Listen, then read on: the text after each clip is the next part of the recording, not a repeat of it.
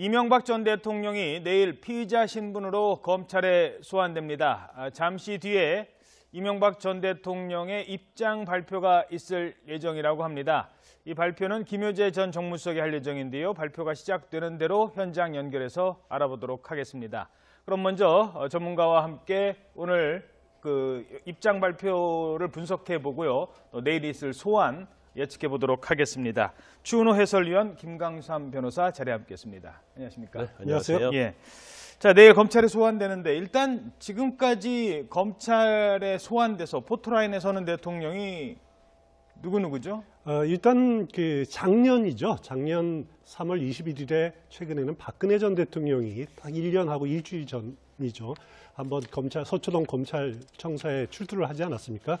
그 전으로 따져고 보면은 노태우 전 대통령이 부정 비자금 가지 혐의로 한번 소환이 된 적이 있고 또 노무현 전 대통령이 소환이 된 적이 있고요. 예. 전두환 전 대통령 경우에는 검찰청사에서 조사를 받은 적이 없습니다. 왜냐하면은 그때 연희동에서 골복성명을 발표하고 바로 고향인 합천으로 가지 않았습니까? 거기서 바로 압송돼서 바로 안양구치소로 이송이 됐거든요. 그래서 검찰 조사도 구치소로 이렇게 출장 조사를 했기 때문에 서초동으로 나온 적은 없고요. 그래서 이번에 이명박 전 대통령이 나오면은 전직 대통령으로서는 네 번째 검찰 포토라인에 서게 되는 겁니다. 예. 자, 지금 현장 화면을 좀 설명드려야 되겠습니다. 내일 검찰 소환을 앞두고 있는 이명박 전 대통령이 입장 발표를 곧 할 예정인데요. 이곳은 서울 영포 빌딩입니다. 잠시 뒤에 김효재 전 정무수석을 통해서 입장을 발표할 것으로 알려지고 있습니다. 영포 빌딩이라는 장소가 갖는 의미, 이번 사건에서는 어떤 장소로 지금 주목됐던 곳이죠? 사실 이제 저희 영포 빌딩이 이명박 전 대통령 소유였잖아요. 그러면서 2009년도에 이제 청계재단을 설립해서 이제 재산을 헌납하겠다고 해서 한 재산 중에 하나라고 볼 수 있는 거고요. 지금 영포 빌딩이 계속적으로 많이 지금 언론에 오르내리고 있습니다. 저기에 일단은 청계재단이 있고요. 또 다스와 관련된 협력사랄지 그런 회사들이 입주해 있었기 때문에 굉장히 언론의 주목을 받았어요. 그런데 무엇보다도 지난번에 검찰에서 2번 정도 압수수색했지 않습니까? 그래서 특히 2번째 압수수색 과정에 있어서 어떤 지하에서 또 비밀 창고라고 일컬어지는 곳에서 많은 증거들이 나왔습니다. 그래서 더군다나 1층에 보면 이제 지하부터 꼭대기층까지 어떤 사무실 들어와 있는 것이 명기되어 있어야 하는데 그 부분이 명기되어 있지 않았기 때문에 그 비밀 창고에 의도적으로 감춰둔 게 아니냐 이제 그런 의혹이 많이 일어났죠. 그리고 거기서 물론 이제 다스와 관련된 어떤 문건도 발견이 됐지만 또 하나 중요한 것은 이제 대통령 기록물과 관련된 부분이 또 발견이 돼서 압수수색을 했고 그 과정에서 사실은 처음에 압수수색 영장을 받을 때는 그 대통령 기록물 부분은 포함이 되지 않았어요. 예. 그런데 그 이후에 사후영장 형식으로 그 부분을 압수수색 영장을 받았기 때문에 이제 거기에 법적인 논쟁이 있었습니다만은 지금은 이제 잠잠해진 상태라고 볼 수 있는 거고요. 예. 그런데 영포 빌딩에서 오늘 좀 김효재 전 정무수석이 입장 발표를 한다고 하는데 그 영포 빌딩에 대해서는 저게 다스와 관련된 굉장히 중요한 부분 아니었습니까? 예. 그래서 저기 대치동 사무실이 아니고 지금 김효재 전 정무수석이 의문이 갑니다. 자리를 잡은 것 같습니다. 기자들의 질문이 이어질 것 같은데요. 들어보도록 하겠습니다. 내일 소환 어떻게 준비하고 계신지? 소환은 검찰의 요구대로 예정된 시간에 맞춰서 가시게 될 겁니다. 그리고 검찰하고 경찰하고 경호팀에서 사전에 협의를 해서 동선과 출발 도착을 다 사전에 협의를 마쳤습니다. 오늘 소환 하루 전날인데 특별히 대통령께서 준비하고 계신 거죠? 특별히 준비한다기보다는 아무래도 이제 검찰에 가서 법리 다툼을 해야 될 테니까 변호사들과 최종적인 점검을 하고 계십니다. 오늘도 자택에서 네, 그렇습니다. 정동기 변호사 변호인단이 합류 못하셨는데 어떤 전략적으로 차질이 빚어지거나 이런 건 아닌가요? 걱정스럽죠. 아무래도 변호인단이 많이 있어야 검찰의 신문에 응하는 데도 여러 가지 도움이 되겠는데 정수석이 참여 못하게 되어서 그 문제는 매우 유감으로 생각합니다. 내일 조사 때는 그런 변호사 두 분 다 동석을 하시는 건지 어떻게 되는 건지 말씀 주세요. 변호사는 세 분이 아마 동석을 하게 될 겁니다. 번갈아서 각자 담당하는 대로 질문에 답하고 응하는 형식으로 발표될 겁니다.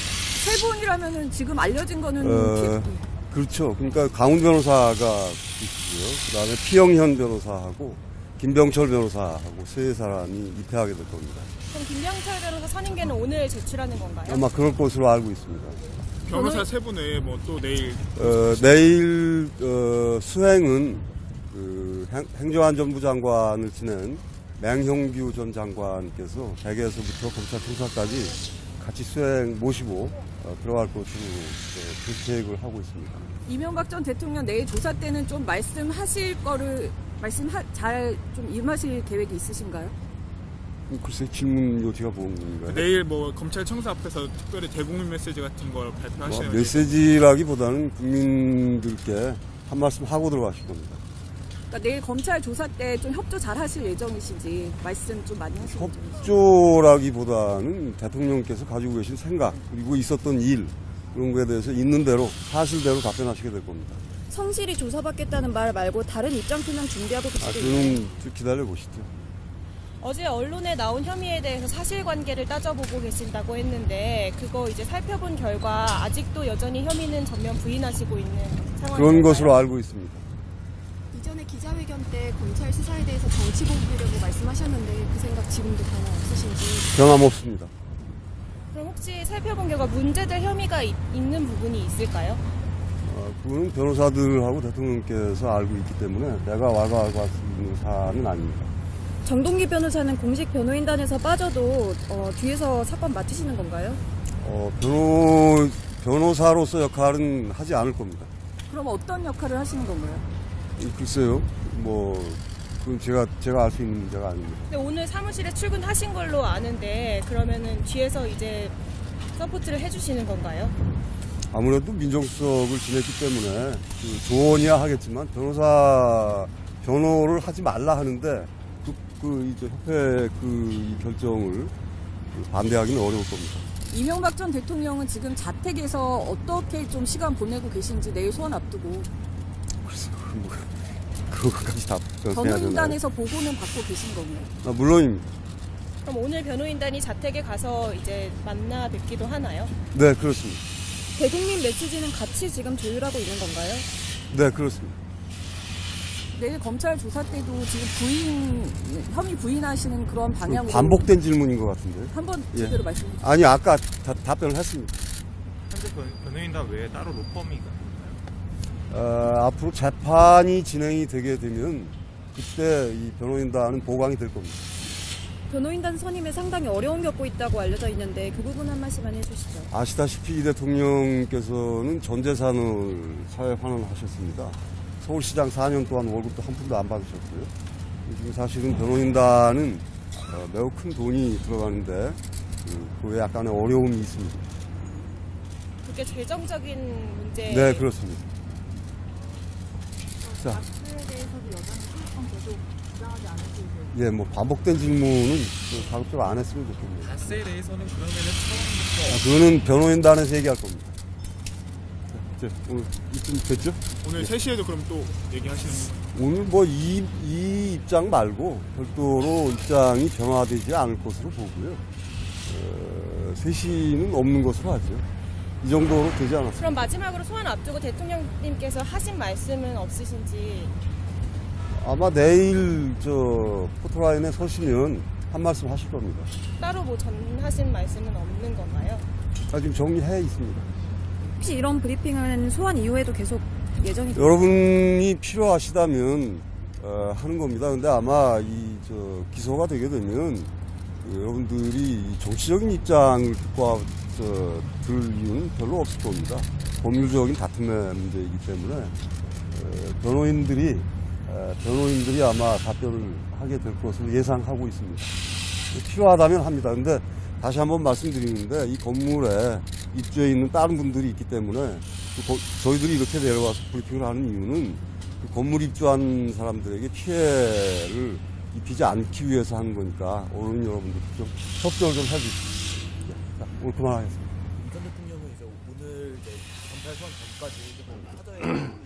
네, 지금까지 김효재 전 정무수석의 이명박 전 대통령 측의 입장이라고 할까요? 에 대해서 몇 가지 얘기를 들었습니다. 일단 내일 예정된 소환 시각이죠. 9시 반에 출석을 할 것이다라고 얘기했고 가기까지의 출발 시각, 동선, 검찰청사 도착한 이후에 대국민 메시지 그리고 검찰에 올라가서 누구와 차를 마신 뒤에 본격적인 조사를 어떻게 할 것인지를 다 지금 협의를 했다고 합니다. 또 그 밖에도 좀 눈에 띄는 것 중에 하나가 입장 발표와 관련된 얘기가 있었죠. 그렇습니다. 내일 이명박 대통령 소환 시간이 이제 9시 반이니까 집이 논현동이죠. 거기서 한 5km 정도밖에 안 떨어져 있습니다. 그래서 한 10분 정도면은 도착할 수 있을 것 같은데, 그래서 9시 한 15분 정도의 자택을 나오지 않을까라는 생각이 듭니다. 그래서 서초동에 검찰청사에 도착을 하면은 기자들 앞에 포토라인에 서게 되는데, 지금 김효재 전 정무수석의 이야기를 들어보니까 내일 이명박 전 대통령의 입장 표명이 상당히 본인들의 자신의 생각을 좀 많이 말하지 않을까라는 생각이 얼핏 듭니다. 그 과거에 전직 대통령이 검찰 조사 받을 때 했던 말들 보면 송구스럽다, 면목 없다, 무리를 빌어서 죄송하다, 이런 표현들이었는데 지금 나오는 이야기 들어보니까 정치보복이라는 생각에 변함이 없다. 이런 표현들도 썼단 말이에요. 그런 거 보면은 이명박 전 대통령이 내일 검찰총사 포트라인 앞에서 국민들한테 던지는 메시지는 정치보복이다라는 주장을 다시 한번 반복할 가능성도 저는 있다고 이렇게 생각이 됩니다. 예. 그리고 변호사 선임과 관련돼서도 몇 가지 있었는데요. 일단 정동기 전 민정수석 배제된 것에 대해서는 유감을 표명했어요. 일단 정동기 변호사는 2007년도에 BBK와 도곡동 땅의 실소유주가 누구냐 이 사건에 사실은 당시에 이제 대검 차장을 했거든요. 그래서 수사에 대해서 보고를 받았기 때문에 당연히 대검 차장으로서 수사 지휘를 했을 가능성이 크고, 지금 변호사법 31조에 의하면 공무원이 자신이 재직 중에 취급한 사건에 대해서는 이제 변호사를 할 수가 없도록 되어 있어요. 그래서 변협에서는 이 부분에 대해서 명백하게 만약에 선임해서 변호 업무를 하게 되면 이건 변호사법 위반이 된다 이렇게 명시적으로 해석을 내리고 있기 때문에 결국 정동기 변호사는 참여할 수가 없고, 지금 강훈 변호사 당시 이제 법무비서관 했었죠. 그다음에 피영인 변호사는 이제 로펌 소속인데 같이 합류를 해서 다툴 것으로 보이는데, 사실 그 혐의가 굉장히 많죠. 그리고 변호사 한 2명 정도 가지고는 굉장히 어려워요. 왜냐하면 이제 실무도 있어야 하고요. 또 입회할 때 조사받을 때 동석하는 변호사도 있어야 하고, 뭘 정리하는 변호사 있어야 하고, 의견서도 써야 하고, 여러 가지 많거든요. 그래서 이제 다른 사건에 비하면 10건, 20건을 합치는 것보다도 훨씬 더 방대하고 혐의가 많기 때문에 변호사는 제가 볼 때는 최하 5명 이상은 필요할 겁니다. 그런데 내일 일단 출석할 때만 해도 한 3명이 동석을 할 것이다. 바꿔가면서 하더라도 그렇게 얘기를 하네요. 김병철 변호사라고. 김병철 변호사인데 들어보지는 못했어요. 그런데 아마 추후로 아마 변호사는 추가 선임해서 대응을 할 것으로 보이는데, 일단은 언론을 통해서 나온 혐의, 그리고 검찰에서 조사받고 나온 사람들과 많이 아마 연락을 해서 상의를 했을 가능성이 큽니다. 그러면 검찰의 질문이 어느 선에서 올 것인지를 어느 정도 얘기를 하고 있을 것이고, 거기에 대해서 어떤 식으로 답변할 것인지 이미 준비를 다 했다고 봅니다. 변호사 비용에 좀 부담을 느낀다라는 얘기를 했어요. 어떤 의도일까요? 저 부분은 사실 언뜻 이해는 가지 않는 부분입니다. 일단 서울시장을 할 때도 월급을 한 푼도 받지 않았고, 가지고 있는 전 재산을 이제 청계재단에다가 기부를 하고 그랬기 때문에 돈이 없었기 때문에 이제 변호인을 선임하는 데 있어서 경제적인 이유 때문에 난항을 거듭하고 있다 이런 얘기를 하고 있는데, 일단 검찰 조사 결과가 좀 나오면 그 부분에 대해서 거짓인가 아닌가를 좀 검증할 가능성이 있다고 봐요. 일단 다스의 실소유주라고 한다면 다스의 재산 가치가 수조 원이잖아요. 더군다나 지금 문제되고 있는 것이 차명재산과 관련된 부분도 굉장히 많이 문제가 있고, 또 기업이나 이제 정치인으로부터 받은 이제 뇌물이 있는데 그 액수도 만만치 않거든요. 그러면 과연 뭐 숨겨놓은 재산이 있느냐 없느냐. 숨겨진 재산이 없다고 한다면 결국은 경제적으로 변호사를 선임하는 데 있어서 어려움을 겪는 것은 사실일 가능성이 크겠죠. 예. 그렇지만 이제 그렇지 않을 때는 또 도덕적인 또 문제가 제기될 수 있습니다. 예. 내일 그 소환 때 같이 이제 수행을 한다고 할까요? 맹영규 전 장관이 그렇습니다. 논현동 자택부터 검찰에 갈 때까지 계속 수행을 하겠다 이런 얘기도 했네요. 그렇습니다. 맹영규 전 장관이 이제 어떻게 보면 이제 언론인 출신이고 또 행정안전부 장관이라는 출신이기 때문에 경찰이라든가 이런 것들을 다 들여다 본 적이 있으니까 그래서 내일 검찰청사에 출두하는 과정 이 모두를 맹영규 전 장관이 수행을 한다라고 이렇게 이야기를 하고 있습니다. 예. 자, 내일 조사받는 곳이 서울중앙지검 1001호인가요? 그렇습니다. 예, 예. 거기가 박근혜 전 대통령이 조사를 받았다는 그렇죠. 곳이라고요? 지난번에 이제 박근혜 전 대통령이 조사 받을 때 이제 경호 문제가 있고 애우 문제가 있어서 특수 일부 검사실을 이제 개조한 거거든요. 그래서 지금 서울중앙지검의 동쪽 끝 10층입니다. 1001호가 있고 1002호가 있는데 1002호는 이제 휴게실을 쓰고요.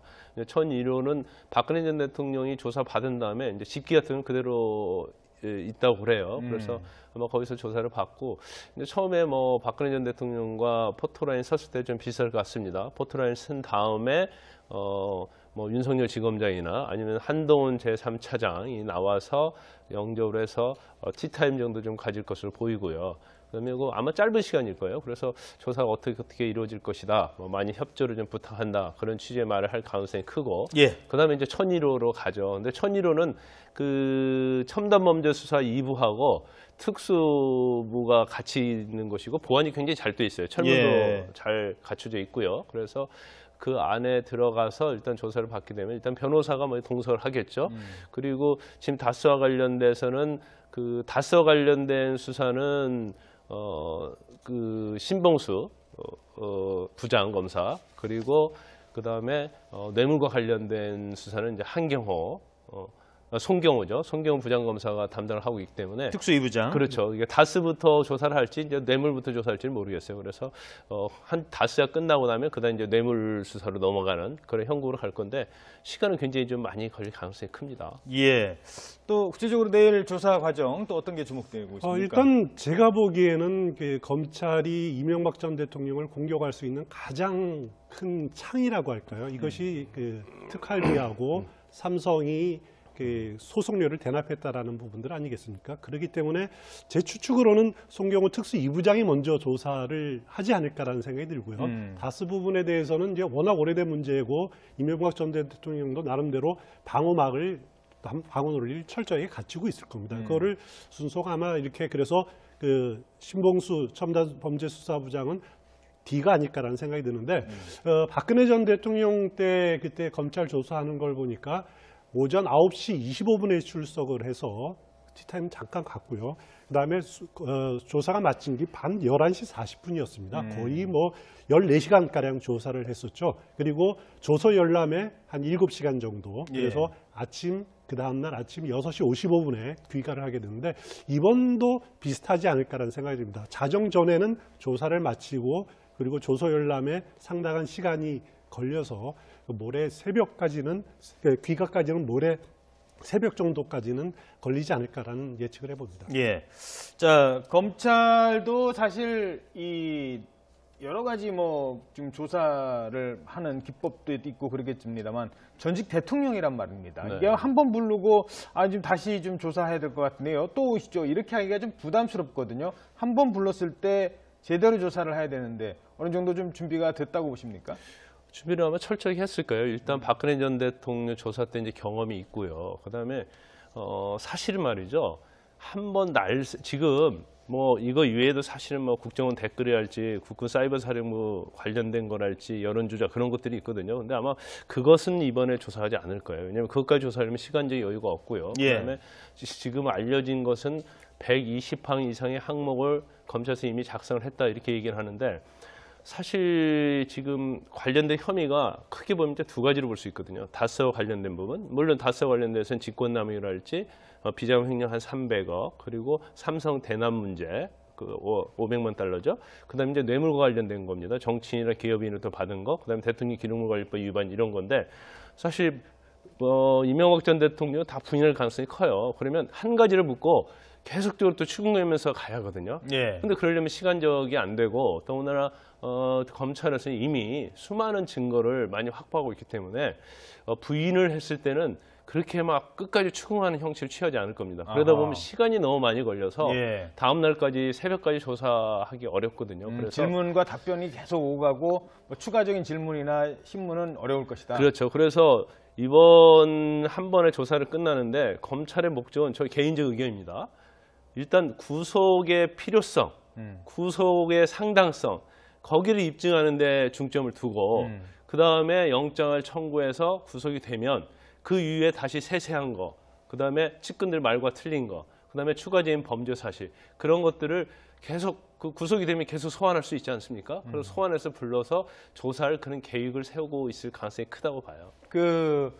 결국은 이제 구속영장을 청구할 가능성이 좀 크다. 이렇게 보여지는데요. 검찰 입장에서는. 검찰로서는 구속한 상태에서 기소하는 것이 가장 큰 목적일 겁니다. 그러면은 이제 물론 이명박 전 대통령 측은 뭐 나름대로 방어 논리를 많이 갖춰 있겠죠. 그런데 검찰로서도 과거에 노무현 전 대통령 뇌물 사건 수사를 하고 거의 한 달 가까이 기소 여부를 결정하지 않았다가 불행한 일로 이렇게 끝난 그런 나름대로의 그런 비극적인 상황을 알고 있기 때문에 이 문제를 구속 영장 청구까지를 그렇게 많이 끌지는 않을 겁니다. 그 잣대가 되는 게 박근혜 전 대통령 때 그 구속까지 소환에서부터 구속까지가 열흘 걸렸거든요. 그래서 아마 3월 말 정도에는 영장 청구를 결정될 겁니다. 한 가지만 짧게 더 짚고 넘어가죠. 이게 전직 대통령을 박근혜 전 대통령 구속 수감돼서 재판받고 있고요. 그리고 이명박 전 대통령도 구속된다면 전직 대통령 두 사람이 구속된 상태, 이거는 현 정부에는 어떻게 될까요? 부담이 안 될까요? 당연히 부담이 되겠죠. 물론 이제 전직 대통령 2명이 동시에 구속된 적이 이제 김영삼 전 대통령 때 있긴 했습니다만은 그래도 이 문제는 검찰이나 현 정부에서 보기에는 부정부패 사건으로 이렇게 보고 있는 사건이기 때문에 이 문제를 가지고 정치적 고려를 할 사항은 아니다. 이렇게 아마 보고 있을 겁니다. 알겠습니다. 자, 운명의 날은 내일로 다가왔고요. 내일 오전 9시 반에 검찰에 출석할 예정입니다. 자, 이제 정치권으로 번지고 있는 미투 운동 관련된 소식 몇 가지 짚어보도록 하겠습니다. 그동안 여대생을 호텔 룸인지 룸카페인지 불러서 이 성추행을 하려 했다라고 한 의혹이 제기된 정봉주 전 의원, 어제 기자회견 열어서 아주 강하게 반박했어요. 그렇습니다. 사진까지 들고 와서 정봉주 전 의원은 문제가 된 당일날 12월 23일에 현장에 자신은 가지 않았다라는 그런 타임 스케줄을 제시하면서 당일날 그날 만난 적이 없다라고 강하게 반발을 했습니다. 하지만 그러니까 또 다시 이제 반론이 나왔죠. 다른 그 당시에 수행했던 인사를 이렇게 증언을 실어서 그 호텔에 정봉주 전 의원이 간 것이 사실이다라고. 민국판가 그렇습니다. 프레시안이 또 반박하는 기사를 싣고 해가지고 지금 과연 12월 23일에 정봉주 전 의원이 그 현장에 있었느냐, 호텔에 있었느냐까지 그 사실 자체를 놓고도 진실 공방이 벌어지고 있는 상황입니다. 결국 프레시안과 이 정 전 의원 간의 법정 싸움으로 갈 가능성이 좀 커졌어요? 일단 어제 SNS에 정봉주 전 의원이 이제 인내어 시간이 지나고 있다. 그래서 오늘 중앙지검으로 달려가겠다. 이제 그런 취지의 글을 올렸는데 오늘 그럴지는 모르겠어요. 그런데 약간 양상이 좀 약간 다르게 가는 것 같아요. 그러니까 처음에 23일과 24일에 정봉주 전 의원은 이제 자기 어떤 알리바이를 얘기를 했죠. 사진도 하고 또 명진 스님을 만났고 그 시간에 내가 24일이 됐건 23일, 12월 23일이 됐건 24일이 됐건 거기로 올 수 있는 것은 불가능했다. 그래서 그건 굉장히 논리적으로 보면 굉장히 맞는 얘기라고 보였어요. 그런데 피해자 측과 프레시안에서 반박하는 것은 23일이라고 확정을 했어요. 날짜를. 그럼 23일에 이제 모아지는 거고. 그런데 23일에 이제 정봉주 전 의원 측에서는 3시와 5시에 보통 그 렉시턴 호텔이 이제 호텔이지 않습니까? 근데 카페 룸이 있고 티타임 할 수 있는 시간이 3시에 5시라고 이렇게 한정돼서 얘기했고 거기에 대해서 알리바이를 완전히 자기는 이제 완벽하게 입증을 했다고 보고 있는 것 같아요. 그런데 이제 피해자 측에서 제 발로는 그날 23일 맞는데 그 자리에 분명히 갔었다고 얘기하는데 예. 또 그 아까 말씀하신 것처럼 이제 민국파 그 당시에 정봉주 전 의원을 이제 수행을 했다는 거, 운전을 해줬다는 거잖아요. 근데 23일 날 1시에서 2시 사이에 갔다는 거예요.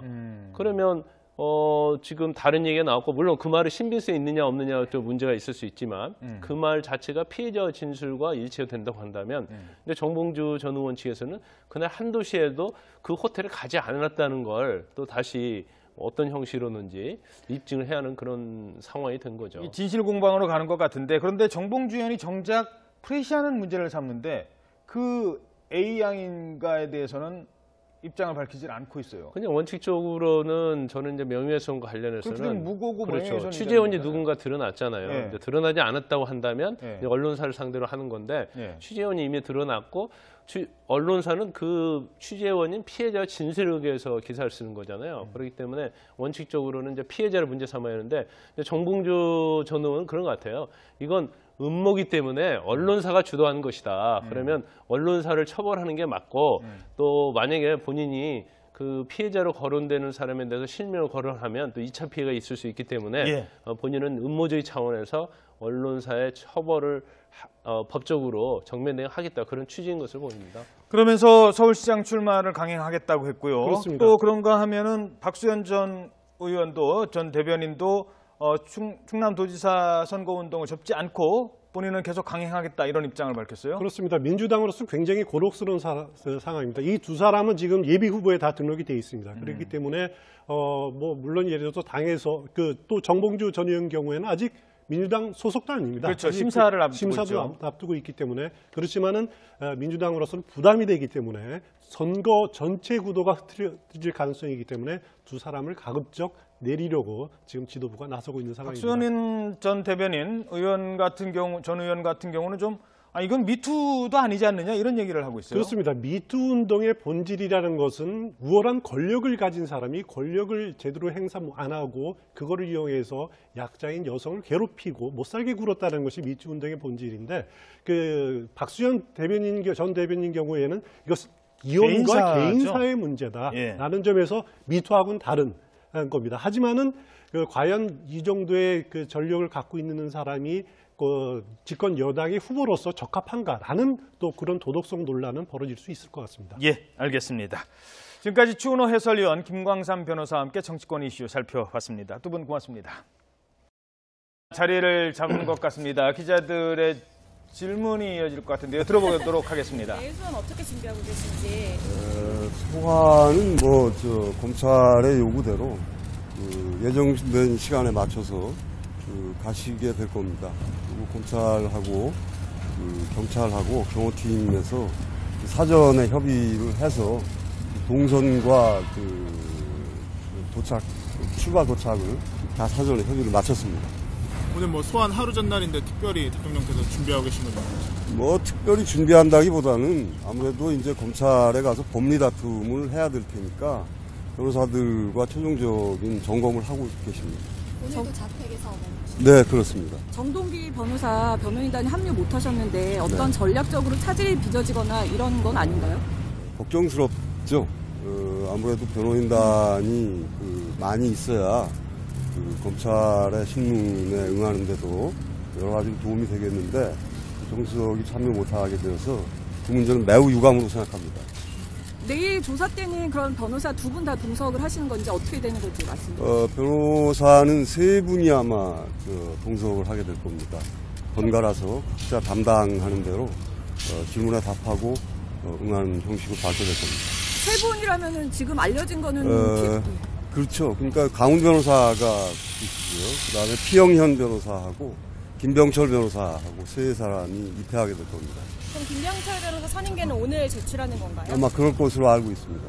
변호사 세 분 외에 또 내일 내일 수행은 행정안전부 장관을 지낸 맹형규 전 장관께서 대개에서부터 검찰 총사까지 같이 수행 모시고 들어갈 것으로 계획을 하고 있습니다.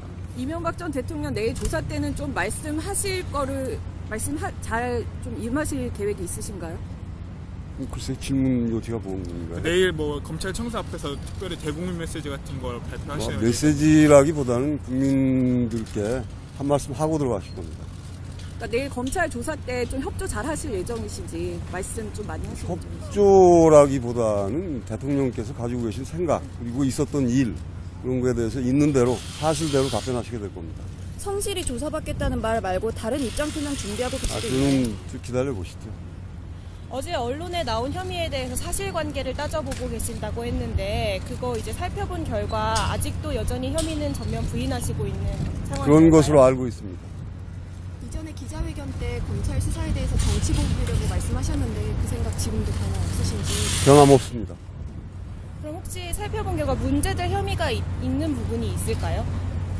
그거는 변호사들하고 대통령께서 알고 있기 때문에 내가 알고 할 수 있는 사안은 아닙니다. 정동기 변호사는 공식 변호인단에서 빠져도 뒤에서 사건 맡으시는 건가요? 변호사로서 역할은 하지 않을 겁니다. 그럼 어떤 역할을 하시는 건가요? 글쎄요, 그건 제가 알 수 있는 문제가 아닙니다. 근데 오늘 사무실에 출근하신 걸로 아는데 그러면은 뒤에서 이제 서포트를 해주시는 건가요? 아무래도 민정수석을 지냈기 때문에 조언이야 하겠지만 변호를 하지 말라 하는데 이제 협회 이 결정을 반대하기는 어려울 겁니다. 이명박 전 대통령은 지금 자택에서 어떻게 좀 시간 보내고 계신지 내일 소환 앞두고. 글쎄, 그거까지 다 해야 되나요? 변호인단에서 보고는 받고 계신 건가요? 물론입니다. 그럼 오늘 변호인단이 자택에 이명박 전 대통령이 내일 피의자 신분으로 검찰에 소환됩니다. 잠시 뒤에 이명박 전 대통령의 입장 발표가 있을 예정이라고 합니다. 이 발표는 김효재 전 정무수석이 할 예정인데요. 발표가 시작되는 대로 현장 연결해서 알아보도록 하겠습니다. 그럼 먼저 전문가와 함께 오늘 입장 발표를 분석해 보고요. 또 내일 있을 소환 예측해 보도록 하겠습니다. 추은호 해설위원, 김강삼 변호사 자리에 함께했습니다. 안녕하십니까? 네, 안녕하세요. 예. 자, 내일 검찰에 소환되는데 일단 지금까지 검찰에 소환돼서 포토라인에 서는 대통령이 누구죠? 일단 작년이죠. 작년 3월 21일에 최근에는 박근혜 전 대통령이 딱 1년하고 일주일 전이죠. 한번 서초동 검찰청사에 출두를 하지 않았습니까? 그 전으로 따져고 보면은 노태우 전 대통령이 부정 비자금까지 혐의로 한번 소환이 된 적이 있고 또 노무현 전 대통령이 소환이 된 적이 있고요. 예. 전두환 전 대통령 경우에는 검찰청사에서 조사를 받은 적이 없습니다. 왜냐하면은 그때 연희동에서 골복 성명을 발표하고 바로 고향인 합천으로 가지 않았습니까? 거기서 바로 압송돼서 바로 안양구치소로 이송이 됐거든요. 그래서 검찰 조사도 구치소로 이렇게 출장 조사를 했기 때문에 서초동으로 나온 적은 없고요. 그래서 이번에 이명박 전 대통령이 나오면은 전직 대통령으로서는 네 번째 검찰 포토라인에 서게 되는 겁니다. 예. 자, 지금 현장 화면을 좀 설명드려야 되겠습니다. 내일 검찰 소환을 앞두고 있는 이명박 전 대통령이 입장 발표를 곧 할 예정인데요. 이곳은 서울 영포 빌딩입니다. 잠시 뒤에 김효재 전 정무수석을 통해서 입장을 발표할 것으로 알려지고 있습니다. 영포 빌딩이라는 장소가 갖는 의미, 이번 사건에서는 어떤 장소로 지금 주목됐던 곳이죠? 사실 이제 저희 영포 빌딩이 이명박 전 대통령 소유였잖아요. 그러면서 2009년도에 이제 청계재단을 설립해서 이제 재산을 헌납하겠다고 해서 한 재산 중에 하나라고 볼 수 있는 거고요. 지금 영포 빌딩이 계속적으로 많이 지금 언론에 오르내리고 있습니다. 저기에 일단은 청계재단이 있고요. 또 다스와 관련된 협력사랄지 그런 회사들이 입주해 있었기 때문에 굉장히 언론의 주목을 받았어요. 그런데 무엇보다도 지난번에 검찰에서 2번 정도 압수수색했지 않습니까? 그래서 특히 2번째 압수수색 과정에 있어서 어떤 지하에서 또 비밀 창고라고 일컬어지는 곳에서 많은 증거들이 나왔습니다. 그래서 더군다나 1층에 보면 이제 지하부터 꼭대기층까지 어떤 사무실 들어와 있는 것이 명기되어 있어야 하는데 그분이 명기되어 있지 않았기 때문에 그 비밀 창고에 의도적으로 감춰둔 게 아니냐 이제 그런 의혹이 많이 일어났죠. 그리고 거기에서 물론 이제 다스와 관련된 어떤 문건도 발견이 됐지만 또 하나 중요한 것은 이제 대통령 기록물과 관련된 부분이 또 발견이 돼서 압수수색을 했고 그 과정에서 사실은 처음에 압수수색 영장을 받을 때는 그 대통령 기록물 부분은 포함이 되지 않았어요. 예. 그런데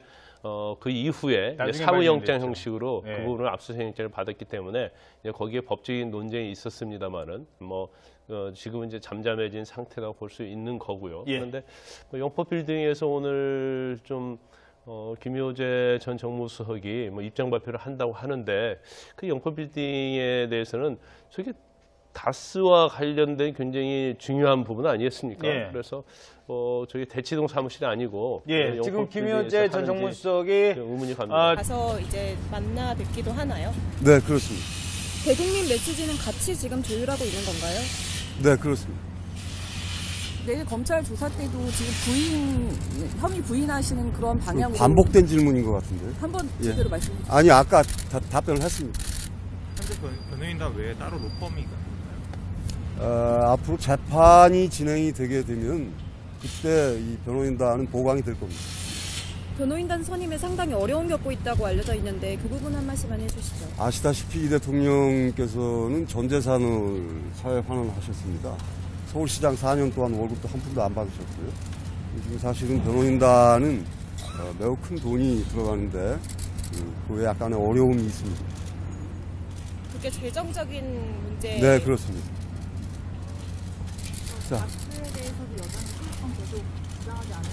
예, 반복된 질문은 가급적 안 했으면 좋겠네요. 다스에 대해서는 그러면은 처음부터 그거는 변호인단에서 얘기할 겁니다. 오늘 이쯤 됐죠? 오늘 3시에도 그럼 또 얘기하시는 거예요? 오늘 이 입장 말고 별도로 입장이 변화되지 않을 것으로 보고요.